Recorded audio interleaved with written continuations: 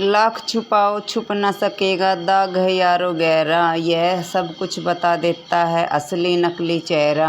ऐसी ही हम आज आपको एक कहानी सुनाने जा रहे हैं जो आपके अंदर को झिझोड़ देगी, जो आपको एक सबक सिखाएगी।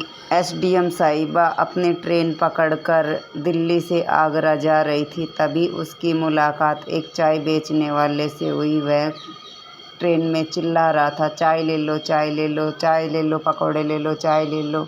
कुछ लोग कह रहे थे भैया हमें चाय दे दो, कुछ लोग कह रहे थे भैया हमारे पकौड़े दे दो। लेकिन एक लड़की थी जो एसडीएम थी, वह कह रही थी धीमे से स्वर में, भैया एक कप चाय प्लीज़ मुझे भी दे दो।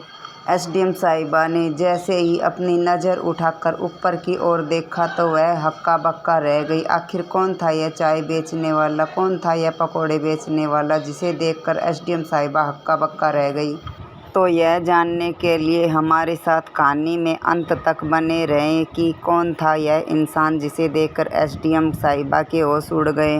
दरअसल बात आज से 4 साल पहले की है। राधिका और रोहन की मुलाकात एक कैफ़े में हुई। दोनों की चाय पर मुलाकात हुई। दोनों की बातों बातों में प्यार हो गया और प्यार की बात शादी तक पहुंच गई। दोनों के परिवार वाले बड़े खुश थे दोनों के रिश्ते को लेकर, इसलिए दोनों परिवार वालों ने रीति रिवाज के साथ राधिका और रोहन की शादी कर दी। दोनों परिवार वाले भी खुश थे और दोनों मियाँ बीवी भी आपस में बहुत खुश थे। लेकिन अचानक से कुछ दिन बाद दोनों में दरार आने लगी।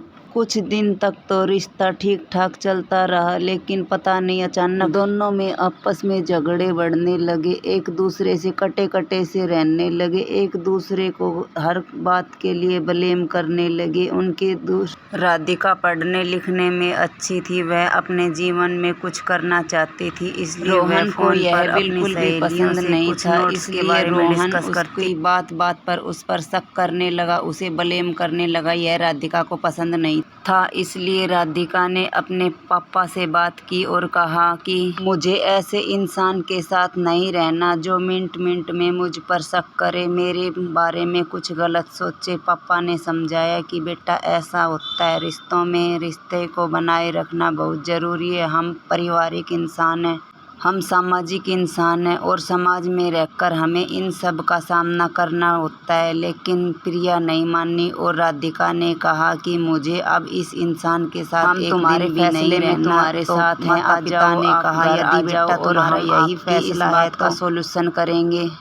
प्रिया पढ़ने लिखने में अव्वल थी, वह हमेशा अपनी पढ़ाई पर गौर करती थी, इसलिए उसने अब ठान लिया था कि वह अब घुट घुट कर जीवन नहीं जिएगी। उसे कुछ बनना है, उसे जीवन में आगे कुछ करना है। इसलिए उसने सोचा वह अब दिन रात मेहनत करेगी, किसी के बारे में कुछ नहीं सोचेगी। ऐसा सोचकर मेहनत करने लगी। वह सोचने लगी अब मुझे कुछ बनना है, कुछ करके दिखाना है। इस समाज में औरत की ऐसी ही दुर्दशा नहीं होगी, मुझे कुछ करके इस समाज में, पुरुष प्रधान समाज को नीचा दिखाना है कि औरत कमजोर नहीं है। अगर वह ठान ले तो पहाड़ को चीर कर राह बना सकती है।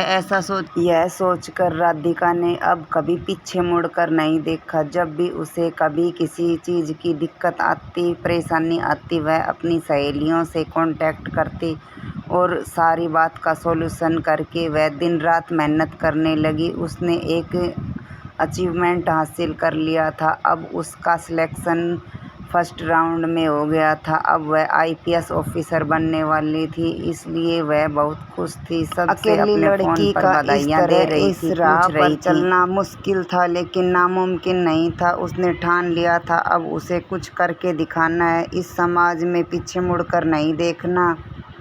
वह मन ही मन सोचती हमेशा एक औरत को ही अग्नि परीक्षा क्यों देनी पड़ती है, आखिर पुरुष को क्यों नहीं, आखिर एक औरत सही होते हुए भी उसे गलत क्यों ठहराया जाता है। समाज में सब ऑफिसर बनकर सामने आई, सब हक्का बक्का रह गए। सब सोचने लगे आखिर इसने इतनी कड़ी मेहनत करके आईपीएस ऑफिसर बन ही गई। सब उसकी जय जयकार करने लगे और सब उसका उदाहरण देने लगे कि बिटिया हो तो राधिका जैसी। जो इंसान उसकी बुराई करते नहीं थकते थे, आज उन सब के चेहरे पर राधिका के नाम के जयकारे गूंज रहे थे। राधिका भी एक ईमानदार पुलिस ऑफिसर बनी और उसने समाज में अपना नाम रोशन किया। नारी को कमजोर बना दिया गया है। नारी को कमजोर नहीं, नारी को भी अपनी हिसाब से जीने का हक है। नारी भी कमजोर नहीं है। ट्रेन से अपने ऑफिस के लिए निकल रही थी, तभी उसकी मुलाकात वहीं एक चाय बेचने वाले से हुई। चाय बेचने वाला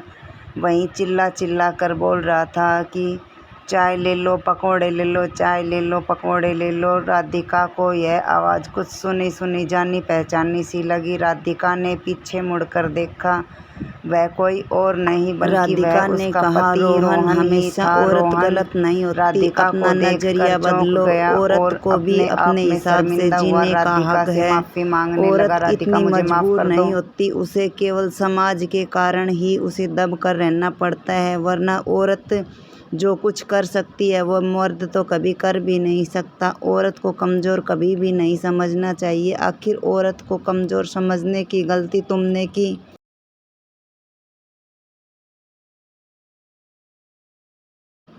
जो तुम आज इस हालात में हो वह सब तुम्हारी गलती है। तुम्हारी गलतफहमी की वजह से हमारा हंसता खेलता परिवार तबाह हो गया। मुझे तलाक लेना पड़ा तुमसे।